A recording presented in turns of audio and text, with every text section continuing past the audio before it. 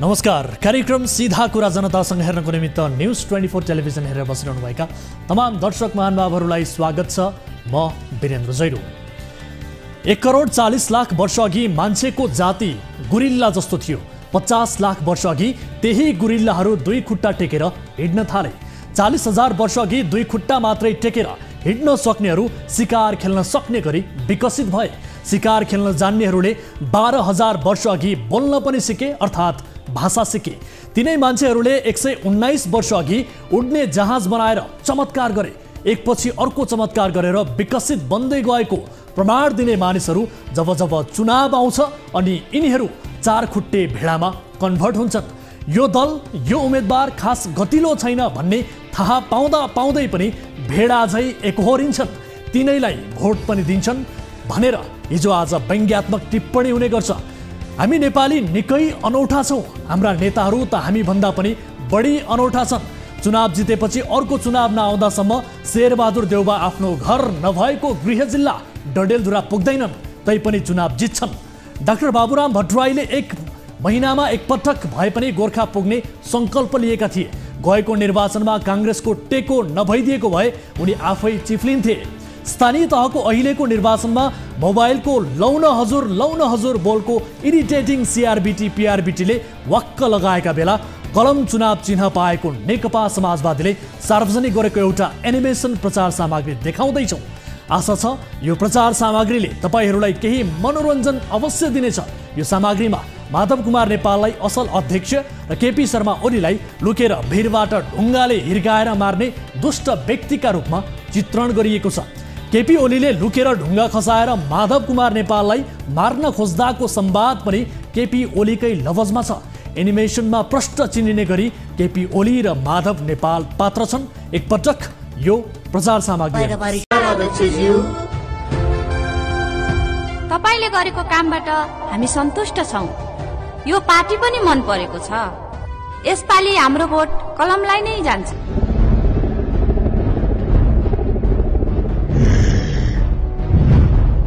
तलाई र बारी छोड्दिन।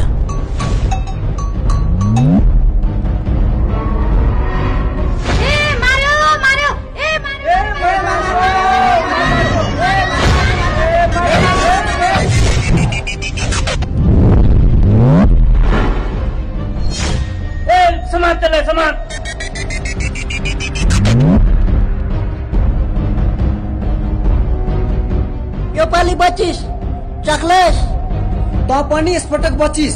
तैँले जे गरे पनि हराउन सक्दैनस्। जनताले कलम समाएपछि कसैको केही लाग्दैन। ए सुनिस, यसपालिको भोट कलमलाई। यो सामग्रीले केपी ओली भौतिक रूपमै माधव कुमार नेपालको हत्या गर्न चाहने नेता हुन् भन्ने सन्देश दिएको छ। साँच्चै भन्ने हो भने यसपटक समाजवादी आफू रुखको छाहारीमा बसेर चुनाव लड्दैछ, तर एनिमेसनमा केपी ओलीले रुखको फेदमा लुकेर त्यहाँबाट निस्केर माधव नेपालको हत्या गर्न ढुङ्गा उठाएको देखाइएको छ। समाजवादीको यो प्रचार सामग्रीले केपी ओली दुष्ट छन्, यसकारण हामीलाई भोट दिनुस् भन्न खोजेको पनि देखिन्छ।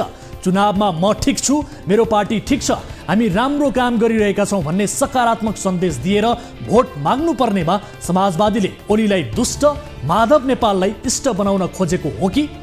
यो प्रचार सामग्री देखाएर हामीले केपी ओलीको रक्षा, माधव कुमार नेपालको आलोचना गर्न खोजेका होइनौँ। यसअघि नेकपा माओवादी केन्द्रले कुलमान घिसिङको फोटो राखेर प्रचार सामग्री बनाउँदा पनि हामीले प्रश्न उठाएका थियौँ। यो एनिमेसन भिडियो पनि नकारात्मक भावनाबाट प्रेरित सामग्री हो भन्ने कुरामा कुनै शङ्का रहेन। यो बेला त सत्तारूढ पार्टीको नाताले पनि समाजवादीले आफ्ना मन्त्रीहरूले गरेका राम्रा कामको प्रचार गरेर मतदाताको मन लोभ्याउनु पर्ने थियो। अध्यक्ष माधव कुमार नेपाल नातावाद, परिवारवादबाट मुक्त हुन् भन्ने सन्देश दिनुपर्थ्यो। केन्द्रदेखि प्रदेश र स्थानीय सरकारमा जहाँ जहाँ समाजवादीका मान्छेले शासन गरिरहेका छन् त्यहाँ अरू कसैले नगरेका विकास र सुधारका काम भएका छन् भन्ने प्रमाणहरू दिनुपर्थ्यो। पैसा बाँडेर भोट माग्नु र मतदाता भड्काएर भोट माग्नु रूपमा फरक हो, तर सारमा उस्तै तमासा हो। यो तमासा सत्तारूढ दलले पनि गरिरहेका छन्। भिरबाट ढुङ्गा खसाएर केपी ओलीले माधव कुमार नेपालको हत्या गर्न खोजेको यो प्रचार सामग्री भन्दा खतरनाक अवस्था हाम्रै मुलुकमा छ। गम्भीर समस्या छाडेर समाजवादी एक केपी ओलीको पछि लागे जस्तो पनि देखिन्छ। आजै फेरि अर्को हमला। काठमाडौँमा मेयरका उम्मेदवार केशव स्थापितले बालेन शाहमाथि गरेका छन्। स्थापितले कहीँ कतै पनि नस्लवादको झल्को नआउने गरी बालेन शाह त ठकुरी शाह होइनन्, तराईको शाह हो भन्ने सन्देश दिएका छन्। साप पनि मर्ने, लाठी पनि नभाँचिने स्थापितको यो अभिव्यक्ति कला चान्चुने लाग्दैन।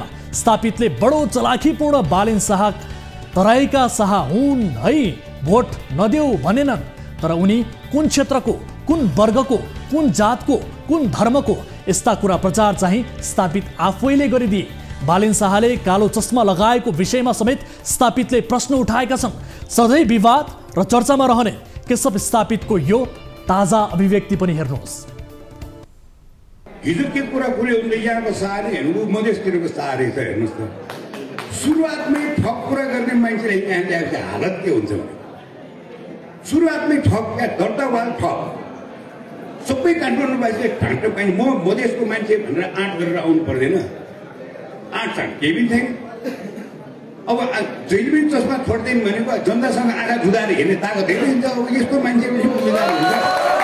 महानगरको मेयरको उम्मेदवार उसले के भन्छ भने काठमाडौँमा चाहिँ 80 लाख जनसङ्ख्या छ भन्छ क्या। उसलाई कतिजना मान्छे पनि थाहा छैन। हाम्रो सिङ्गो उपत्यकाको बनेपासम्म गऱ्यो भने हाम्रो 40 लाख मान्छे छ। बनेपासम्मको गणना गर्दा त्यो पनि पढ्नु पर्दैन उसलाई। अनि पहिल्यै चाहिँ 80 लाख भन्ने मान्छेले उसको योजना चाहिँ भत्ता बोल्नु भएन। दर्शकहरू, स्थापितले भनिरहेका छन् बालेन शाह अन्तर्राष्ट्रिय ठग हुन्, उनीसँग मेरो के को प्रतिस्पर्धा। तर आफै फुच्चे भन्ने, आफै ठग भन्ने, सृजना सिंहलाई बोल्न नजान्ने पनि भन्ने, अनि आफै बालेन र सृजनाको नाम पटक पटक उच्चारण पनि गर्ने स्थापित कतै प्रतिद्वन्द्वीसँग भयभीत भएका त होइनन्। आउन सुरु गरौँ जनताको चासो, गुनासो र प्रश्न सहितको विशेष कार्यक्रम सीधा कुरा जनतासँग।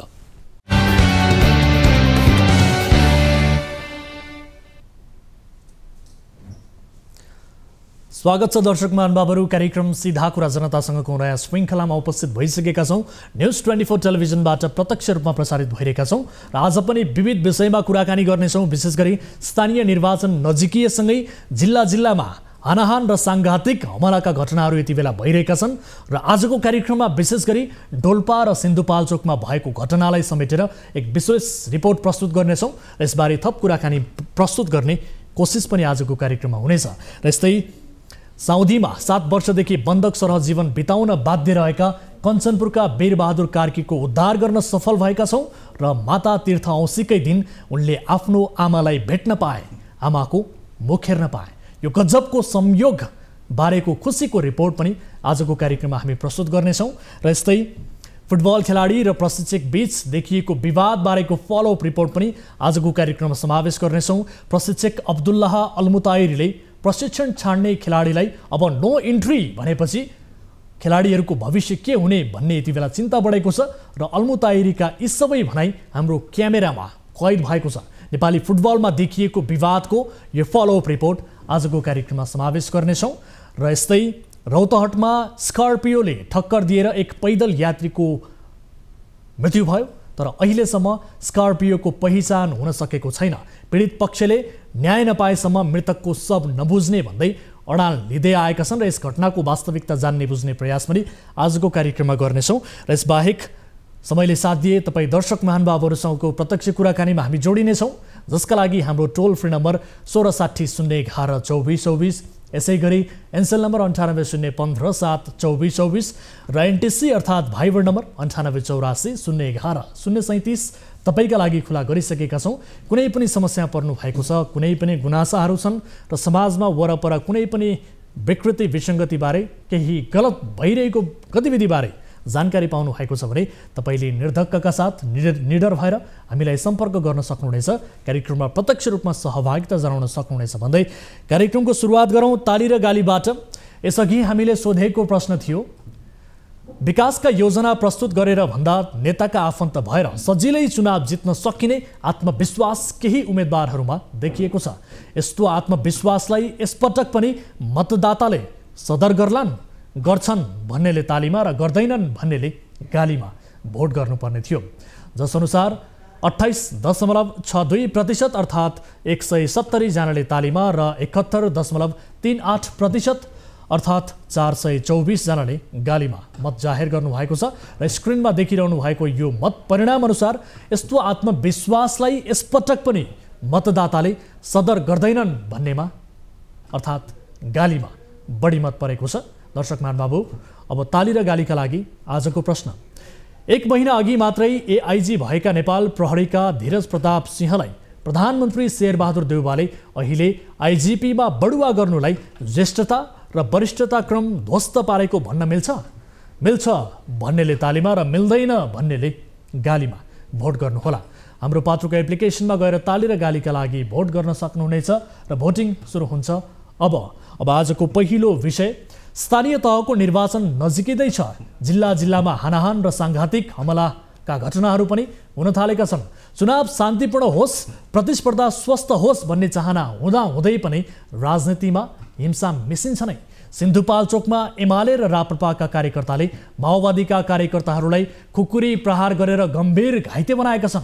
उता डोल्पामा हेलिकप्टर चढेर धोतारा पुगेका समाजवादीका सांसद धनबहादुर बुढा झडपबाट जोगिँदै सुरक्षित स्थलतर्फ गएका छन्। हेलिकप्टर चढेरै स्थानीय तहको निर्वाचनमा भइरहेको हिंसात्मक घटनाहरू समेटेर तयार पारिएको विशेष रिपोर्ट हेर्नुहोस्। सिन्धुपाल्चोकमा एउटा वडाका अध्यक्ष र सदस्यको खुकुरी प्रहारमा 3 माओवादी कार्यकर्ता घाइते भएका छन्। सिन्धुपाल्चोकको 5 पोखरी थङपाल गाउँपालिकामा नेकपा एमाले र राप्रपाका कार्यकर्ताहरूले नेकपा माओवादी केन्द्रका कार्यकर्ताहरूमाथि साङ्घातिक हमला गर्दा उनीहरू घाइते भएका हुन्। माओवादी पक्षको दाबी अनुसार चुनाव प्रचार प्रसार अभियान सञ्चालन गरिरहेको अवस्थामा एमाले कार्यकर्ताहरूले खुकुरी प्रहार गरी माओवादीका 3 कार्यकर्तालाई गम्भीर अवस्थामा पुर्याएका छन्। माओवादीको युवा संगठन वाइसिएल नेपालका कार्यकर्ताहरू जीवनपुरी, विनोद गिरी र रोहित गिरीमाथि खुकुरी प्रहार भएको छ। ज्यान मार्ने उद्देश्य राखेर दुई पार्टीका सुके तामाङ र देवराज गुरुङले खुकुरी प्रहार गरेको माओवादीका जिल्ला संयोजक गोविन्द प्राजुलीले दाबी गरेका छन्। घटनामा गम्भीर घाइते भएका माओवादीका यी कार्यकर्ताको भनाइ सुन्नुहोस्। बोलेरमा गइरहेको थियो, अनि त्यहाँ त्यो डन्नी दिने, खुकुरी दिने, देवराज गुरुङहरूलाई दिने सुके तामाङै हो। अनि त्यहाँ त्यो निरे पासाङ भन्ने माथिको त्यो निरे पासाङ बाइकमा आइरहेको थियो, त्यो पनि हो माथि। उनीहरूले यस्ता प्रविधि बनाएर चाहिँ हामीलाई चाहिँ बाटोमा बाटो थुनेर यसरी हान्यो। तर हामीले अब के अरे मिल्न चाहिँ पऱ्यो भने अब खुकुरी बदला चाहिँ खुकुरी लिनुपर्छ। यिनको भनाइअनुसार एमाले र राप्रपाका कार्यकर्ताले बाटो छेकेर आक्रमण गरेका थिए। घाइतेहरू कसैको टाउको तथा कसैको शरीरका विभिन्न भागमा खुकुरीले काटेको चोटहरू छन्। खुकुरी प्रहार गर्ने सुके तामाङ नेकपा एमालेका कार्यकर्ता तथा थाङपाल गाउँपालिकाका वडा नम्बर 7 का अध्यक्ष हुन्। अर्का देवराज गुरुङ चाहिँ सोही वडाका सदस्य हुन्। एमाले र राप्रपाका कार्यकर्ताहरूको आक्रमणका क्रममा 96P5223 नम्बरको मोटरसाइकल समेत छेद विच्छेद भएको छ। उपल्लो डोल्पामा हानहान, सांसद धनबहादुर बुढा हेलिकप्टर चढेर सुरक्षित स्थानतर्फ। उपल्लो डोल्पाको धोतारापमा पनि दुई पक्षका युवाबीच हानाहान भएको छ। डोल्पाबाट ग्याल्पो भोटे थापाले हामीलाई पठाएको यो दृश्यमा दुई पक्षका युवाहरू आपसमा ढुङ्गा हानाहान गरिरहेको यो दृश्य हेर्नुहोस्।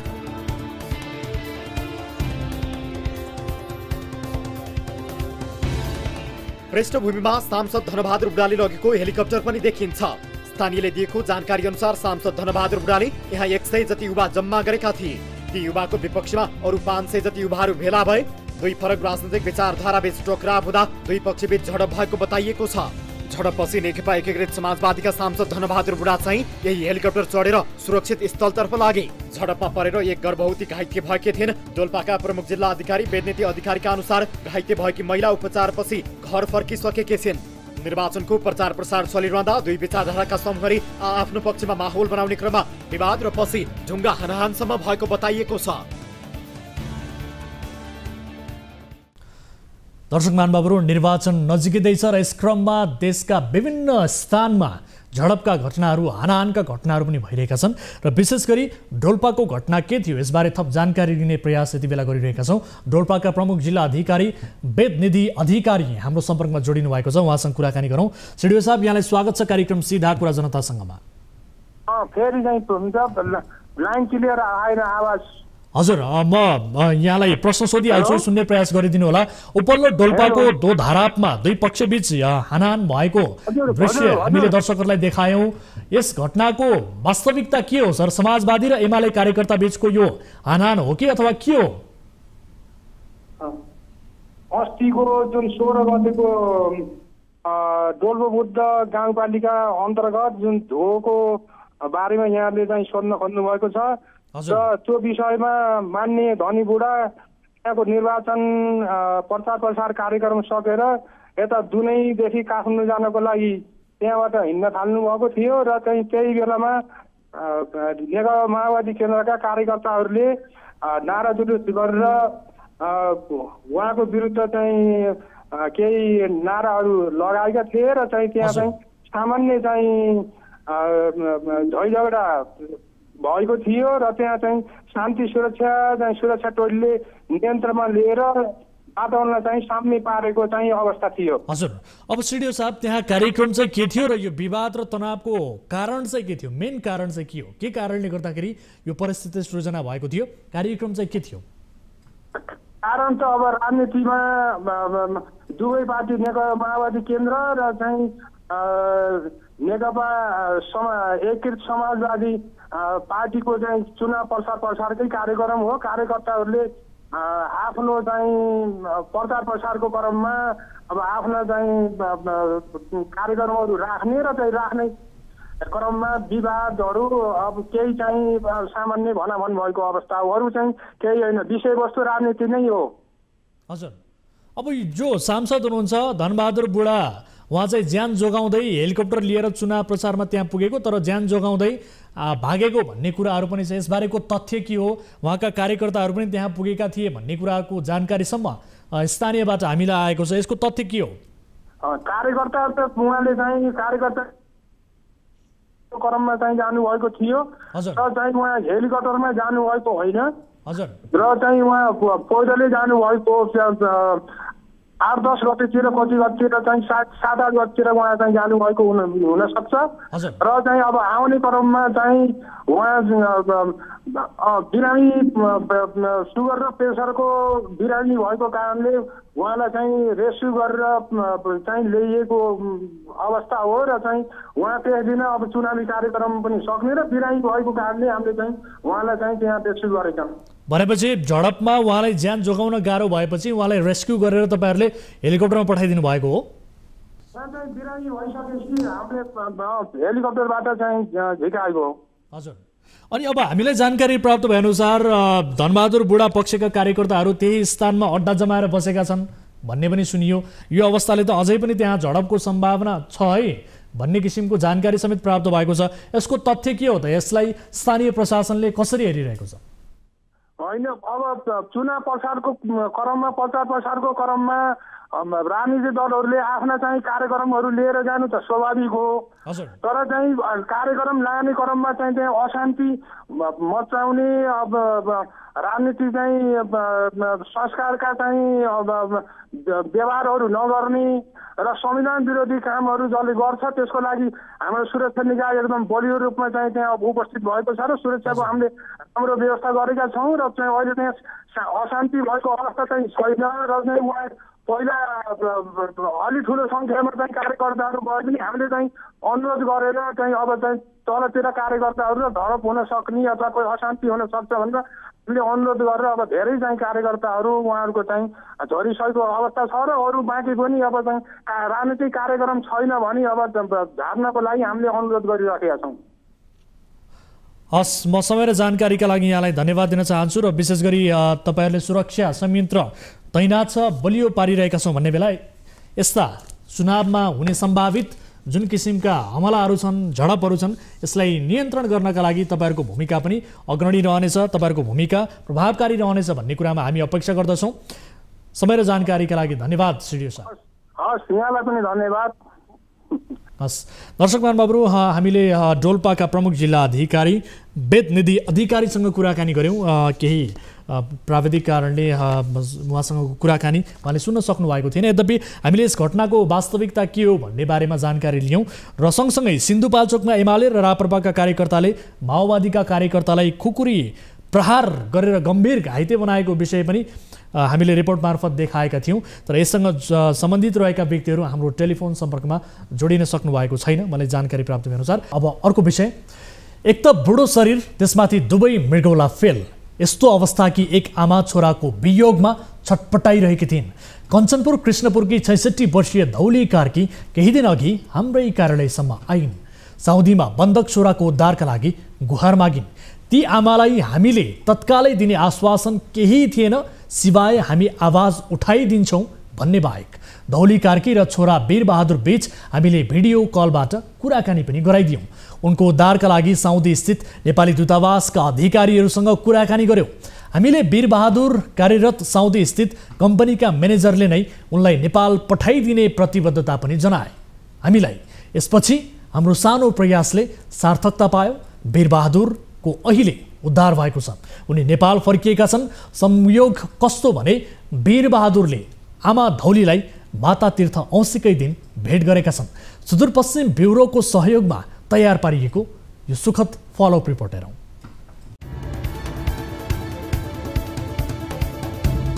कञ्चनपुर कृष्णपुर नगरपालिकाकी 66 वर्षीय धौली कार्कीका छोरा वीरबहादुर कार्की उद्धारपछि नेपाल फर्किएका छन्। साउदी स्थित रियादमा बन्धक सरह जीवन बिताइरहेका वीरबहादुर 7 वर्षपछि स्वदेश फर्किए।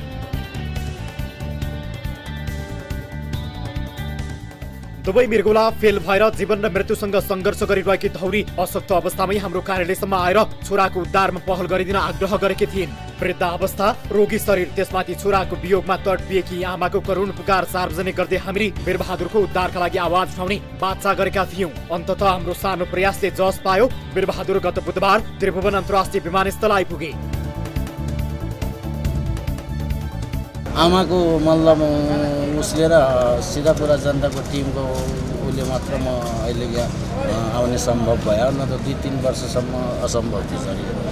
यो आउनु सकिँदैन जब सिधापुराले आवाज बुलन्द उठाए तब त्यहाँको कम्पनी डरायो, म्यानेजरहरू डरायो, सबै डरायो अनि बल्ल मलाई मतलब छिटो मतलब हिसाबसहित मतलब स्वदेश फर्काएको छ। धेरै धेरै धन्यवाद दिन्छु हजुरको टिमलाई पनि, मेरो जन्मदिने आमालाई पनि। म उनको चाहिँ कहिले गुरु तिर्न सक्दैन, जति भयो भने कमाइ हुन्छ सर। आमा धौली कार्कीको त्यो गुहार। मृगौला फेल भएपछि धौलीको जीवन अस्पताल र घर गर्दै बितिरहेको बेला छोराको उद्धारको आग्रह गर्दै उनी न्युज 24 टेलिभिजनको कार्यालयसम्म आएकी थिइन्। त्यति बेला महिनौसम्म छोराको अनुहार समेत देख्न नपाएकी धौलीले छोराको अनुहार हेर्ने इच्छा गर्दा हामीले भिडियो कल मार्फत छोरासँग कुरा गराइदिएका थियौँ। पत्किनमा लाउने हो म दिन गणपति काटो न त यहाँ कहाँ यो पनि छोरा हो, तँ पनि म मान्छे खोजेर लियो, तँ पनि छोरा हो, यहाँ कहाँ म बाली हत्या गरेर मर्छु छोरा। 7 वर्षपछि माता तीर्थ औँसीकै दिन आमा छोराको भेट। वीरबहादुर शनिबार आफ्नो घर पुगेका छन्, तर कस्तो सम्मियो। 7 वर्षसम्म एकअर्काको अनुहार देख्न नपाएका आमा छोराको भेट माता तीर्थ औँसीकै दिन भयो। वीरबहादुरले 7 वर्षपछि आमा धौलीको मुख हेर्ने सौभाग्य पाए। भेटपछि आमा धौली भन्छन्, बाटो हेरिरहेको थिएँ, बल्ल छोरा आयो। आमा र छोरा बीचको वर्षौंपछि यो भेटको दृश्य हेर्दा जो कोहीको मन पग्लिन्छ।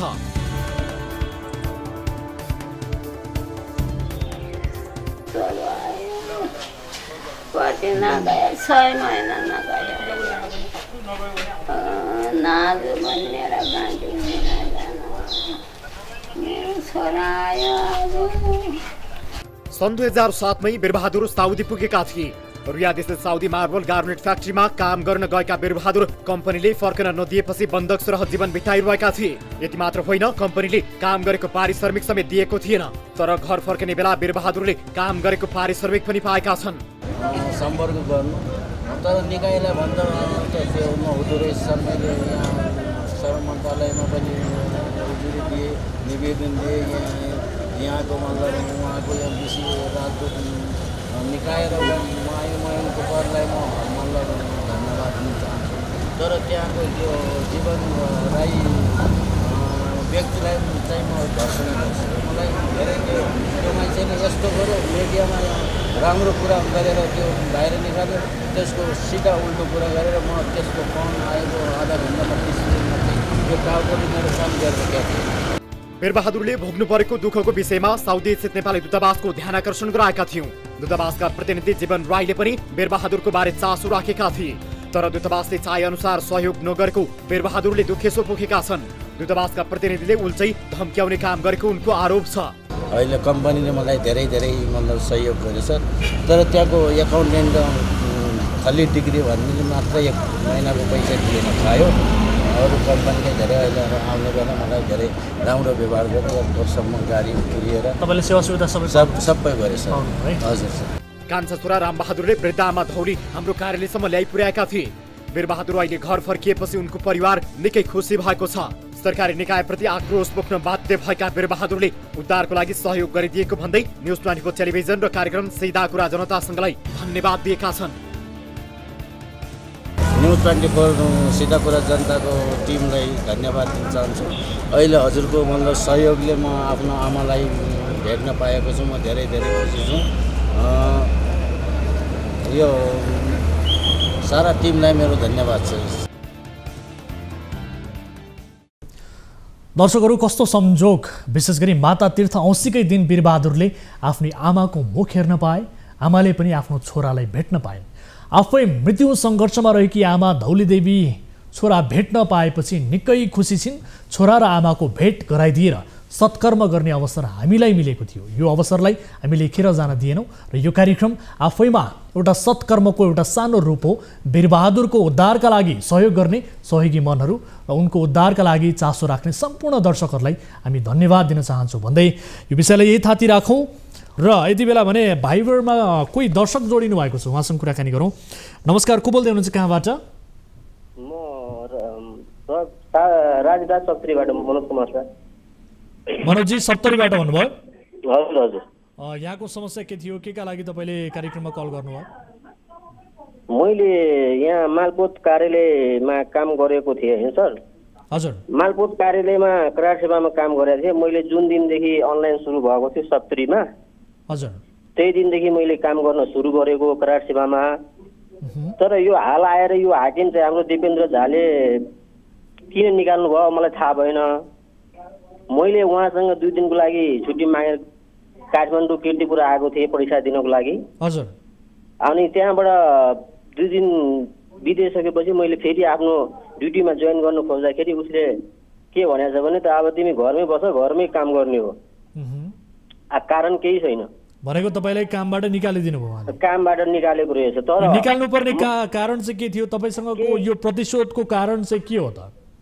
मैले उहाँसँग सोध्न खोजेको, बुझ्न खोजेको, तर केही उसले ठ्याक्कै निचोट कारण भन्न सकिरहेको छैन कि। तर म जस्ता धेरै कर्मचारीहरू त्यहाँ करारमै काम गरिरहेछ। हजुर। तिनीहरूलाई मभन्दा पछाडि आएको केटाहरू पनि निकालेको छैन, कसैले निकालेको छैन। र रह्यो कुरा अब यो हाकिम आउने बित्तिकै आफ्नो मान्छेले 4-5 जनाले भित्र भनौँ नि करार सेवामै प्रवेश गराएको रहेछ।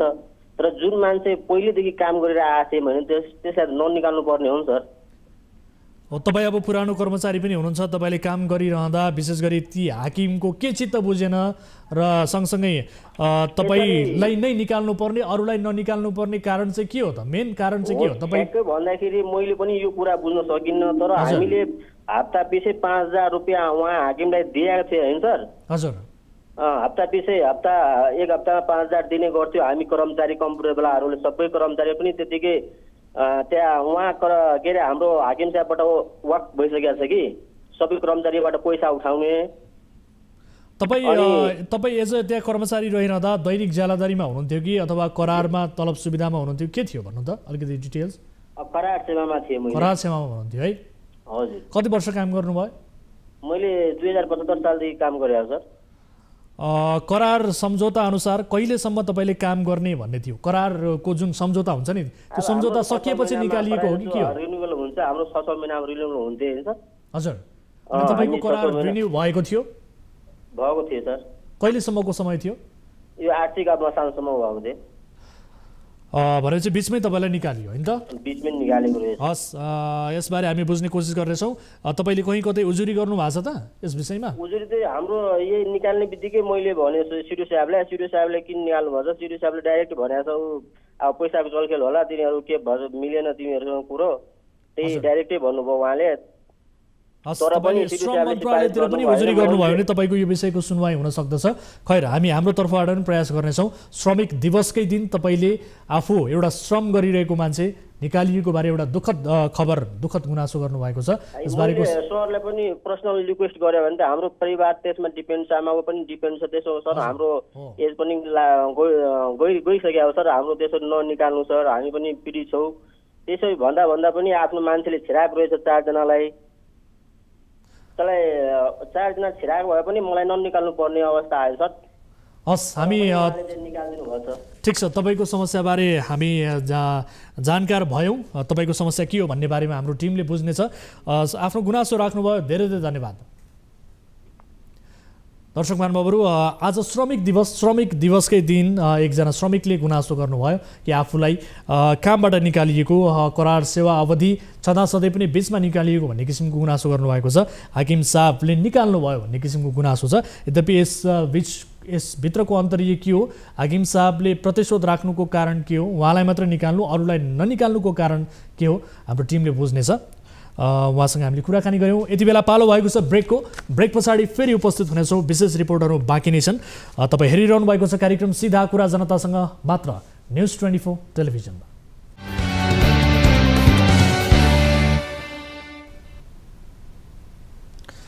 ब्रेकपछि स्वागत छ दर्शक महानुभावहरू कार्यक्रम सीधा कुरा जनतासँगमा। अब अर्को विषय, नेपाली राष्ट्रिय टोलीमा रहेर उत्कृष्ट खेल कौशल देखाउँदै आएका 10 खेलाडी पाखा लाग्ने डरलाग्दो स्थिति सृजना भइरहेको छ। फुटबलका मुख्य प्रशिक्षक अब्दुल्लाह अल्मुताइरी विरुद्ध पत्रकार सम्मेलन गरेर विद्रोह गरेका 10 खेलाडी विरुद्ध निर्मम हुने सङ्केत इन्फाले समेत देखाएको छ। प्रशिक्षक अल्मुताइरीले त खेलाडीहरूले युद्ध सुरु गरेको र त्यसको समापन आफूले गर्ने धम्की दिइ नै सकेका छन्।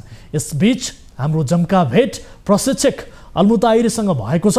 हामीले यो समस्याको समाधान कसरी हुन सक्छ भन्ने प्रश्न राखेका छौँ। जवाफमा उनले खेलाडीहरूले प्रशिक्षक छाडेर गएकाले र यसमा आफ्नो कुनै दोष नरहेको भन्दै यसबारे प्रतिक्रिया दिएका छन्। हेरौँ यो विशेष follow-up report.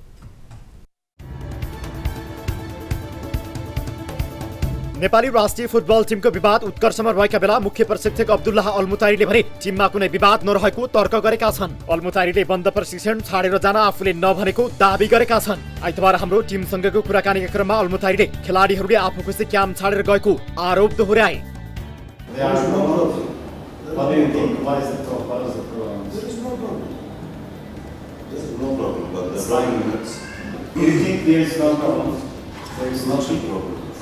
There is nothing, no problem. Players, we don't have any problem. So many people are asking, like, the many SN of qualified is coming. So some key players. When I want to speak to the media, believe me, I will ask for a press meeting, and all the media can come to the stage. मुख्य प्रशिक्षक अल्मुताइरीसँग भएको कुराकानीको यो video footage अनौपचारिक रूपमा खिचिएको थियो। पछि अल्मुताइरीका व्यवस्थापक विवेक सुवेदीले यो भिडियो प्रयोग गर्दा फरक नपर्ने बताएपछि हामीले यो दृश्य तपाईहरुलाई देखाउँदैछौँ। हामीसँगको कुराकानीको क्रममा अल्मुताइरीले बन्द प्रशिक्षण छाडेका खेलाडीलाई फेरि टिममा सामेल गर्न नसकिने अड्डी कसेका छन्। उनले अहिले प्रशिक्षणमा भएका 29 खेलाडी राष्ट्रका लागि खेल्न सक्षम भएको दाबी गरेका छन्। I write letter. It is very clear.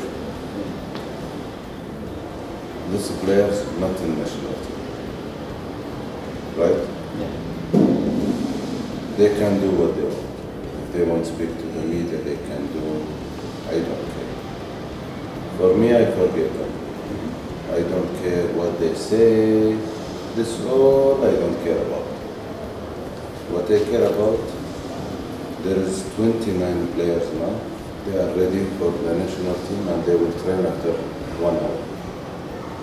And it is okay if you want to go anywhere in Nepal. It's up to you. This is democratic country. But Nepali फुटबलमा देखिएको पछिल्लो विवादले पहिलो रोजाइका 10 खेलाडी पाखा लाग्ने संकेत देखिएको छ। यो बेला यन्फाको खास भूमिकाको अपेक्षा गरिँदैछ, तर मुख्य प्रशिक्षक अल्मुताइरीले अरू नयाँ खेलाडी थपेर बन्द प्रशिक्षण गराइरहेका छन्। यस विषयमा अल्मुताइरी कुनै पनि मिडियासँग कुराकानी गर्न पनि तयार भइरहेका छैनन्। हामीसँगको जम्का भेटमा अल्मुताइरीले थप केही कुराहरू गरेका भने छन्। Tell me one thing, what is the solution? So some key players are not in the team. which key players?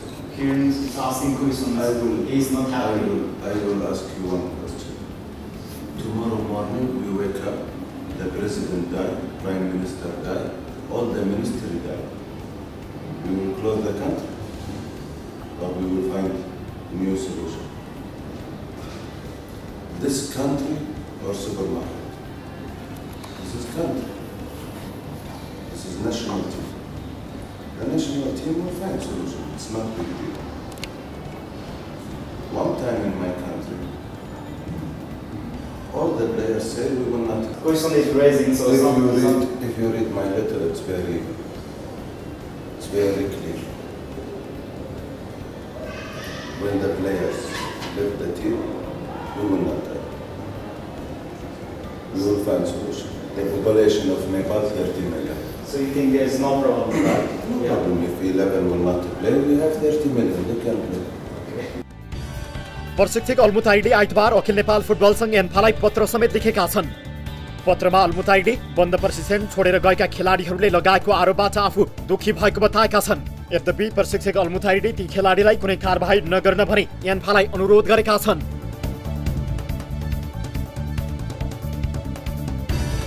यसअघि मंगलबार राष्ट्रिय टिमका 10 खेलाडीले बन्द प्रशिक्षण छाडेका थिए। उनीहरूले त्यसको 2 दिनपछि गत बिहीबार पत्रकार सम्मेलन गर्दै प्रशिक्षकले आफूहरूलाई प्रशिक्षण छाडेर जान भनेको र आफूहरू प्रशिक्षण छोड्न बाध्य भएको आरोप लगाएका थिए। हामी सबैजना त्यसको भागीदारी छौँ नि त, धेरै नभए नि सबले भनेर त दाइले बोल्नु भएको। त्यही भएर चाहिँ यो कुरा चाहिँ हामीले कोचको अगाडि गर्न गएको, तर कोचले त्यो कुरा बुझ्नु भयो कि बुझ्नु भएन है, हामीले एन्सर पनि पाएनौँ। यतिकै आधारभूत आवश्यकतालाई लिएर कुरा उठाए पनि प्रशिक्षक अल्मुताइडी त्यसको प्रबन्ध गर्न मद्दत नगरेर उल्टे आफूहरूमाथि अनेकन प्रतिशोध साध्न तम्सिएको खेलाडीहरूको भनाइ छ। यो तहको विवादले प्रशिक्षक अब्दुल्लाहको अन्डरमा खेल्न नसकिने भन्दै उनीहरूले एन्फालाई आफ्नो आवाज सुनिदिन आग्रह गरेका छन्। हामीले चाहिँ के भनेको छ भने हामीले उहाँको अन्डरमा खेल्न चाहिँ अब अनकम्फर्टेबल हुन्छ, ट्रस्ट हुँदैन, उहाँको पनि हामीमाथि ट्रस्ट हुँदैन, हामीलाई पनि उहाँमाथि ट्रस्ट हुँदैन, हामीले भनेको यति मात्र। खेलाडीहरूले एन्फा पनि आफ्ना समस्याप्रति उदासीन भएको बताएका छन्। विवाद सुरु भएको केही दिनपछि एन्फाका पदाधिकारीले समस्या सुल्झाउन पहल गर्नुको साथो खेलाडीहरूलाई भगौडाको संज्ञा दिएका थिए। बैठक असफल, खेलाडीहरूलाई फर्काउनेमा एन्फा उदासीन। यसै विषयमा आइतबार एन्फा पदाधिकारी र खेलाडीहरूबीच एन्फा कम्प्लेक्स 7 बाटोमा छलफल भएको थियो, तर बैठकले कुनै ठोस निष्कर्ष भने निकाल्न सकेन। एन्फा अध्यक्ष कर्मा सिरिङ शेर्पा नै चुनावको घर दैलो कार्यक्रममा जानुपर्ने भन्दै बैठक बेजमै छोडेर बाहिर गएपछि बैठक बिना निष्कर्ष सकिएको बताइएको छ। चुनावको घर दैलो कार्यक्रममा जानुपर्ने भन्दै शेर्पा बैठकबाट निस्किएका थिए, तर बेलुकासम्म नआएपछि खेलाडीहरूले एन्फा आफ्ना माग विरुद्ध संवेदनशील नरहेको आरोप लगाएका छन्। सामाजिक सञ्जालमा खेलाडीलाई ब्याकफायर, कप्तान किरणले के गर्लान्? प्रशिक्षकको कार्यशैलीप्रति असन्तुष्टि जनाउँदै रोहित सन, अनन्त तामाङ, विशाल श्रेष्ठ, अञ्जन विष्ट, सुजल श्रेष्ठ, विमल घरतीमगर लगायतका खेलाडीले प्रशिक्षण छाडेका छन्। यस्तै कप्तान किरण चेम्जोङले समेत खेलाडीहरूको साथमा रहेको भन्दै प्रशिक्षकको व्यवहारप्रति असन्तुष्टि जनाइसकेका छन्। किरण हाल क्लब फुटबल खेलका क्रममा मालदिप्समा छन्। प्रशिक्षकको भूमिकाप्रति असन्तुष्टि जनाएका किरणले राष्ट्रिय टिमबाट खेल्छन् वा खेल्दैनन् त्यो भने केही दिनमा नै थाहा हुनेछ। विवादपछि सामाजिक सञ्जालमा भने खेलाडीहरूलाई ब्याकफायर भएको छ। अधिकांश सामाजिक सञ्जालमा खेलाडीहरूको आलोचना भइरहेको छ। अल्मुताइडीले विवादपछि 17 खेलाडी थप गर्दै राष्ट्रिय टिमको प्रशिक्षणलाई निरन्तरता दिएका छन्। दर्शकहरू, यस विषयमा छोटो कुराकानी गर्नका लागि हामीसँग जोडिनु भएको छ अखिल नेपाल फुटबल संघ एन्फाका महासचिव इन्द्रमान तुलाधर। महासचिवज्यू, यहाँलाई स्वागत छ कार्यक्रम सीधा कुरा जनतासँगमा। हजुर, धन्यवाद। हजुर, यसअघिको एपिसोडमा तपाईँसँग कुराकानी गर्ने हाम्रो कोसिस थियो, कुराकानी हुन सकेन र अहिले तपाईँलाई जोडेका छौँ। विशेष गरी प्रशिक्षक र खेलाडी बीच जुन किसिमको यो विवाद देखिएको छ यसले उग्र रूप लियो। तपाईँहरूले पनि बैठक गर्नुभयो, त्यसबाट पनि कुनै किसिमको समाधानको उपाय निस्किएको छैन। के हो यसको विवादको अन्तर्य के हो? यहीँबाट सुरु गरौँ न। अब विवादको कुरो भनेको होस्टेलमा र होटलमा बस्ने विषय भन्ने त अब विवाद नै भएन, किनभने हामीले उहाँहरूलाई प्लेयरलाई होस्टेलमा राखेकै थिएनौँ होइन, होटलबाट होटल नै लगे हो है।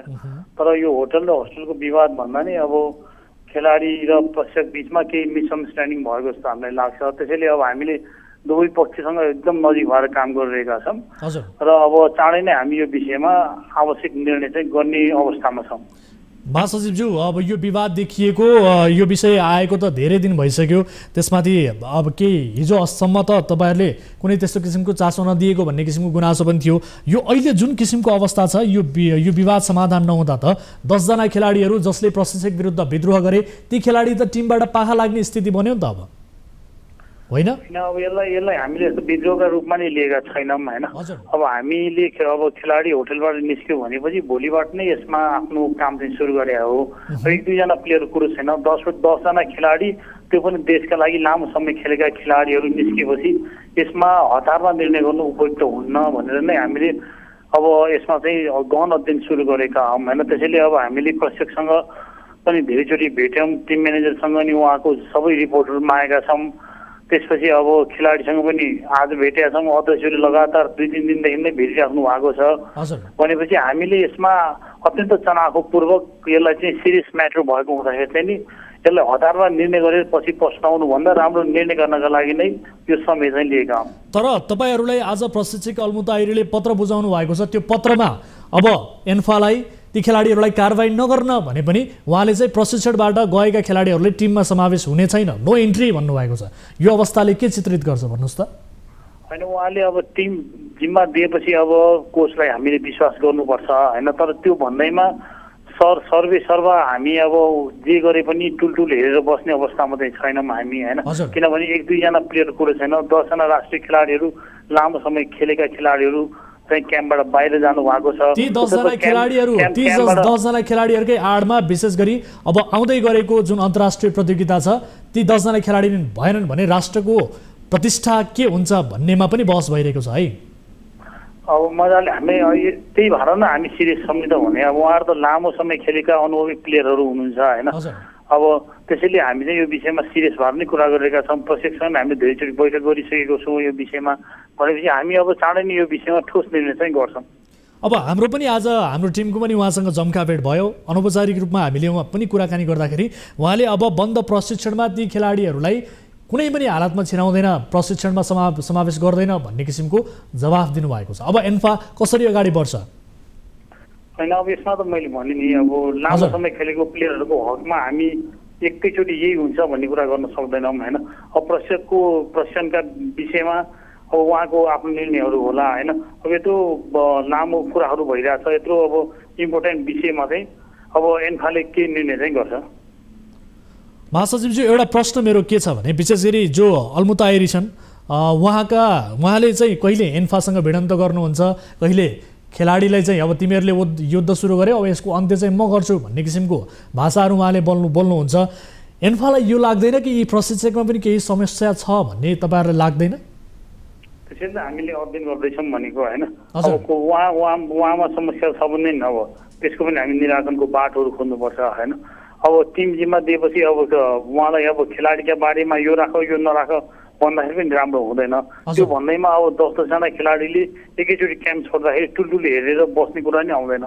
त्यसैले यसमा चाहिँ अब हामी म्यानेजमेन्टमा कहाँनिर चुक्यौँ, प्रशिक्षक कहाँनिर चुकेको छ, खेलाडी कहाँनिर चुकेको छ, त्यो तिनै पक्षको चाहिँ हामीले अध्ययन गरिरहेका छौँ होइन। त्यसपछि अब उहाँहरूले गरेको गल्तीका आधारमा हामी उहाँहरूलाई चाहिँ सचेत गराउने अब कारवाही गर्ने कुराहरू चाहिँ अगाडि चाहिँ बढाउँछौँ। महासचिवज्यू, खेलाडीहरूले के भनेका छन् भने अब दुवै पक्षबाट चाहिँ हामीलाई खेल्न गाह्रो हुन्छ, हामीलाई प्रशिक्षकमाथि विश्वास हुँदैन, प्रशिक्षकलाई खेलाडीमाथि हामीमाथि विश्वास हुँदैन भन्ने किसिमको खेलाडीहरूको अभिव्यक्ति तपाईँहरूले पनि सुन्नुभएको छ। यो अवस्थामा अब ती खेलाडीहरू प्रशिक्षणमा फर्कने सम्भावना चाहिँ कति छ? तपाईँ यो कुराको एस्योर गराउन सक्नुहुन्छ कि हुन्न? अथवा तपाईँहरूले चाहिँ ठ्याक्कै अहिले प्रारम्भिक रूपमा गरेको अनुसन्धानबाट प्रशिक्षक दोषी हुन् कि अथवा खेलाडी दोषी हुन् कि अथवा के हो त? उहाँहरू प्रशिक्षणमा फर्कने सम्भावना के छ? समग्रमा यो प्रश्नको छोटो उत्तर दिनुहोस्। अहिले तत्कालै अब यो फ्रेन्डलीमा नै अब उहाँहरू फर्किने चान्स चाहिँ अत्यन्त कम छ होइन। अब किनभने उहाँहरूले अब क्याम्प छोडेर जानु भएको हुँदाखेरि चाहिँ अब तत्कालै फर्काउनु चाहिँ अप्ठ्यारो छ। तर यो भन्दैमा एसिया कपसम्म चाहिँ केही न केही निर्णयहरू चाहिँ आउँछ। भनेको तत्कालै उहाँहरू प्रशिक्षणमा फर्कने सम्भावना छैन, यो कुरामा एन्फा पनि ढुक्क छ होइन? कम छ, सम्भावना कम छ। हस्, समय र जानकारीका लागि धन्यवाद दिन चाहन्छु। तपाईँले यो जानकारी गराउनु भयो। यद्यपि एन्फाले पनि आफ्नो प्रभावकारी भूमिका निर्वाह गर्न सकेन भन्ने किसिमको गुनासो बढेको छ। फुटबल फ्यान्सहरूमा यो किसिमको गुनासो पनि छ। तपाईँहरूले कमेन्ट कतिको हेरिरहनु भएको छ सामाजिक सञ्जालमा अनि समाचारहरूमा कतिको तपाईँहरूले चासो दिइरहनु भएको छ, यी विषयहरूलाई पनि आगामी दिनमा ध्यानमा राख्दै खेलाडीहरूको भविष्य अन्धकार नहोस् भन्ने विषयमा पनि तपाईँहरूले ध्यान दिनुहुनेछ भन्ने कुरामा अपेक्षा गर्छौँ। समय र जानकारीका लागि धन्यवाद। दर्शक महानुभावहरू हो खेलाडीहरू अनुशासित हुनुपर्छ यति भन्दैमा विशेष गरी प्रशिक्षकले जुन किसिमको पछिल्लो समय परिणाम त दिइरहनु भएको छ, नतिजा आइरहेको छ, उहाँ प्रशिक्षकप्रति नेपाली फुटबल फ्यान्सहरू नेपालीहरू पनि खुसी नै हुनुहुन्छ। तर उहाँका बेला बखत आइरहने जुन किसिमका फन्डाहरू छन्, जुन किसिमका विवादहरू छन्, यसले पछिल्लो समय खेलाडीहरूको भविष्य कहीँ कतै अन्धकार हुने हो कि भन्ने किसिमको चिन्ता समेत बढाएको स्थिति छ। सोही कारण पनि यो विषयलाई कार्यक्रममा समावेश गऱ्यौँ। एन्फाले आफ्नो प्रभावकारी रूपमा भूमिका निर्वाह गर्न सकोस् भन्ने उद्देश्यले र एन्फालाई अलिकति दबाब दिनका लागि हामीले यो विषय कार्यक्रममा समावेश गरेका हौँ। यति बेला कोही दर्शक फेरि जोडिनु भएको छ। आज दर्शक महानुभावहरूले बढीभन्दा बढी कल गरिरहनु भएको छ। उहाँहरूको सहभागितालाई बढीभन्दा बढी समेट्ने प्रयास पनि हामी गरिरहेका छौँ। नमस्कार, को बोल्दै हुनुहुन्छ, कहाँबाट? हजुर नमस्कार, कहाँबाट को बोल्दै हुनुहुन्छ? ओमानबाट भन्नुभयो? हजुर, यहाँको शुभ नाम के का लागि फोन गर्नुभयो? मेरो शुभ नाम पवित्र पटवाल हो। मेरो घर सुनसरी हो, सुनसरी प्रकाशपुर। हजुर, तपाईँ के समस्यामा पर्नुभयो भन्नुहोस् त? म खासमा के भनेदेखि म काम गर्न भनेर बाहिर आएँ होइन। अब त्यस्तै दलालीहरूले गर्दाखेरि म बाहिर आएँ। आउँदाखेरि राम्रै हुन्छ भनेर मलाई पठायो। अब अहिले म बिरामी भएँ होइन। बिरामी भएपछि मलाई गाह्रो भयो, काम गर्न सकिरहेको छैन। मेरो दबाई खाँदा पनि मलाई ठिक भइरहेको छैन। एक घन्टा 1.5 घन्टा दबाई खाए सन्चो हुन्छ। अनि त्यही भएर फेरि पेट दुखिरहन्छ, निको भइरहेको छैन। अनि मलाई नेपाल पठाइदिनु भन्दा पनि मान्दैन। मेरो 4-5 लाख रुपियाँ ऋण तिर, अनि म त तँलाई म नेपाल पठाउँछु, नभए पठाउँदिनँ। अनि 3 दिनभित्रमा पैसा पठाइनस् भने तँलाई म तेरो साउकोमा जिम्मा लाउँछु र साउले जे गर्छ त्यही गर्छ भनेर मलाई धम्काइरहेको थियो। अनि हिजो पनि के भनौँ भनेदेखि हिजो मलाई फोन गर्न दियो। फोनमा कुरा गर्दाखेरि अनि मलाई फोन तिम्रो एजेन्टसँग कुरा गर, हामीले त तिमीलाई राखेर के गर्ने हो र, हामीले त तिम्रो एजेन्टसँग कुरा गर्नुपर्छ भनेर भन्यो। अनि मलाई फोनमा कुरा गर्न लगाएँ। मैले फोनमा कुरा गर्दाखेरि अनि त्यो के भनौँ भनेदेखि तराउनेकी छोरी मेरो पैसा 4-5 लाख रुपियाँ, जबकि मैले 4-5 लाख 1 लाख पैसा त मैले आएर कमाउन सकेको छैन भने तेरो मैले 4-5 लाख रुपियाँ पैसा कहाँबाट ल्याएर तिर्ने कि? मलाई 4-5 लाख लगानी ल्याएर मलाई पठाएको होस् र तेरो 4-5 लाख लगानी तिर्ने हो मैले भनेर भन्दाखेरि रणडेकी छोरी तँलाई म 3 दिनभित्रमा भएन तँलाई कहाँ पुऱ्याउँछु भनेर मलाई धम्काएर हिजो कति धेरै गाली गर्दै थियो। खालि त्यसै भन्छ। अनि नेपालको एजेन्ट केटीले पनि मलाई मेरो फोन गर भनेर पनि त्यसै भन्छ, त पागल त भनेर भन्छ, त नाटक पारे कि भन्छ। अर्काको ठाउँमा 2 पैसा कमाउन आएको कुनै रहरले त आएको हुन्न नि त। तर कमसेकम बिरामी हुँदा त उनीहरूले गर्ने कर्तव्य त गर्नुपर्ने हो नि त। तर त उनीहरूले गर्दैनन् अनि गाली गर्छन् के। ठिक छ, तपाईँको गुनासो हामीले सुन्यौँ। अब तपाईँ विशेष गरी कहिले त्यहाँ जानुभएको हो, के कामका लागि जानुभएको, अलिकति विस्तृतमा भनिदिनुहुन्छ छोटोमा? के अरे म खासमा मैले मसँग त्यति पैसा पनि थिएन होइन। अनि उता मैले दुबईको लागि अप्लाई गरेको थिएँ, दुबईमा पनि अप्लाई गरेको थिएँ। अनि अप्लाई गरेको थिएँ, मेरो भएन। अनि फेरि एउटा साथीहरूले जाने भने यो साथी पनि साथीबाट कन्ट्याक्टबाट मैले पनि चिनेको थिएन। अनि त्योबाट कन्ट्याक्ट भएर चाहिँ अनि भन्यो राम्रो स्यालेरी छ भनेर, पैसा पनि धेरै हुन्छ भनेर। त्यसले मलाई होइन म त नजाने, यो नबुझिकन। दर्शकहरू, उहाँसँगको यति बेला सम्पर्क विच्छेद भएको छ। ओमानबाट हुनुहुन्थ्यो एकजना नेपाली चेली। उहाँको बारेमा हामी विस्तृतमा बुझ्नेछौँ र त्यस पछाडि उहाँलाई सहयोग गर्ने कोसिस हाम्रो तर्फबाट हुनेछ। उहाँसँग कुराकानी गर्दा गर्दै बिचैमा सम्पर्क विच्छेद भएको छ। खैर, यो विषयलाई हामी फलोअप गर्नेछौँ। हाम्रो टिमले गम्भीरताका साथ उहाँलाई सहयोग गर्नका लागि आफ्नो तर्फबाट पहल गर्नेछ। यति भन्दै अरू विषयहरू पनि कार्यक्रममा समावेश थिए। विशेष गरी रौतहटको एउटा विषय थियो। यो विषय आगामी श्रृङ्खलामा हामी प्रस्तुत गर्नेछौँ भन्दै आजलाई यिनै विषयहरू प्रस्तुत गर्दा गर्दै कार्यक्रम सीधा कुरा जनतासँगको निर्धारित समय सकिएको छ। कुनै पनि समस्या पर्नु भएको छ भने 1660 011 2424, यसै गरी एनसेल नम्बर 98 015 7 2424 र भाइबर नम्बर 9884 011 037 तपाईँका लागि 24 घण्टा खुला रहनेछ।